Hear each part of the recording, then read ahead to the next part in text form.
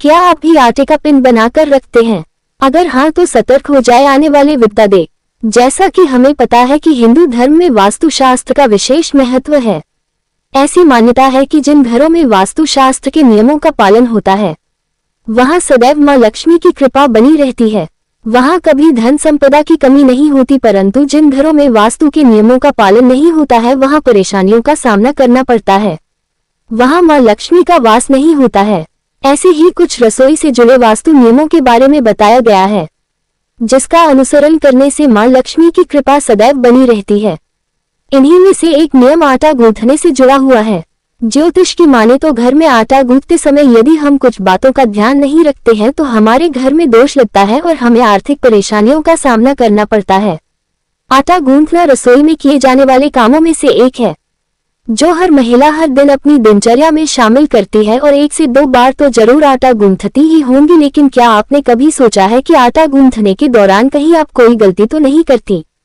कहीं इन्हीं गलतियों की वजह से घर में नकारात्मकता बढ़ती तो नहीं जा रही है और घर की उन्नति में बाधा पैदा हो रही है? इससे पहले कि आप ज्यादा सोचें, हम ही आपको बता देते हैं कि हम ऐसा क्यों बोल रहे हैं। तो आइए जानते हैं आटा गूंथते समय किन बातों का ख्याल रखना चाहिए। 1. जब भी आटा गूंथ जाए तब उस पर उंगलियों का निशान जरूर लगा दें। यदि आप ऐसा नहीं करते हैं तो आटा पिंड के समान माना जाएगा और आपके घर में पितृ दोष लगेगा, जिससे आपको परेशानियों का सामना करना पड़ेगा। दूसरे तथ्य के अनुसार और शास्त्रों के अनुसार आटा लगाने के बाद उस पर उंगलियों के निशान जरूर बनाने चाहिए। ऐसा इसलिए क्योंकि जब घर की लक्ष्मी अर्थात बेटी या बहू की उंगलियों के निशान आटे पर पड़ते हैं तो इससे घर में कभी भी धन की कमी नहीं होती है। 2. कभी भी आटा उतना ही गूंथे जितना उसका इस्तेमाल हो, क्योंकि जरूरत से ज्यादा आटा गूंथने से वो बच जाता है और उसे लोग दोबारा इस्तेमाल करने के लिए फ्रिज में रख देते हैं। ऐसा करने से ये आटा पिंड के समान माना जाता है और इससे घर में पितृ दोष लगता है, जिससे परिवार के सदस्यों में विवाद उत्पन्न होता है। इसके अलावा देर तक के गूंथे हुए आटे की रोटी खाने से स्वास्थ्य प्रभावित होता है। 3. आटा गूंथते समय तांबे के बर्तन में रखे हुए पानी का उपयोग करें, क्योंकि तांबे के पात्र से गूंथा हुआ आटा शुभ होता है और इससे बनी रोटी भगवान को भोग लगाया जा सकता है।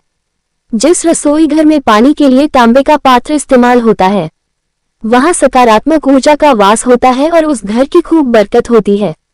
इसके अलावा स्वास्थ्य की दृष्टि से भी तांबे को लाभदायक माना जाता है। 4. आटा गूंथने के बाद कभी भी बचे हुए पानी को नाले में न फेंके। ऐसा करने से दोष लगता है और आपको आर्थिक तंगी का सामना करना पड़ सकता है, इसलिए कभी भी आटा गूंथने के बाद बचे हुए पानी को पेड़ पौधों में डाल दें। ऐसा करने से सुख समृद्धि में वृद्धि होती है। 5. आटा लगाने के बाद उसे खुला हुआ कभी भी नहीं छोड़ना चाहिए। इसका एक कारण तो सेहत से जुड़ा है कि ढका आटा खराब नहीं होता और उसमें किसी भी मक्खी मच्छर के गिरने का डर नहीं रहता, और दूसरा ये कि ढका आटा परिवार के सदस्यों के मान सम्मान की रक्षा करता है। 6. आटा लगाने के बाद उस हाथ से कभी पानी नहीं पीना चाहिए और न ही आटे का बचा हुआ पानी पीना चाहिए। हमारे बड़े बुजुर्ग के अनुसार आटे के हाथ से पानी पीने से असमय पीरियड आ जाता है, मतलब किसी पूजा पाठ में इसका प्रभाव पड़ जाता है, इसलिए इसका विशेष ध्यान रखना चाहिए। दूसरे तथ्य के अनुसार आटे का बचा हुआ पानी पीने से वो झूठा कहलाता है और ऐसे में भगवान पर इस आटे की रोटियां नहीं चढ़ाना चाहिए।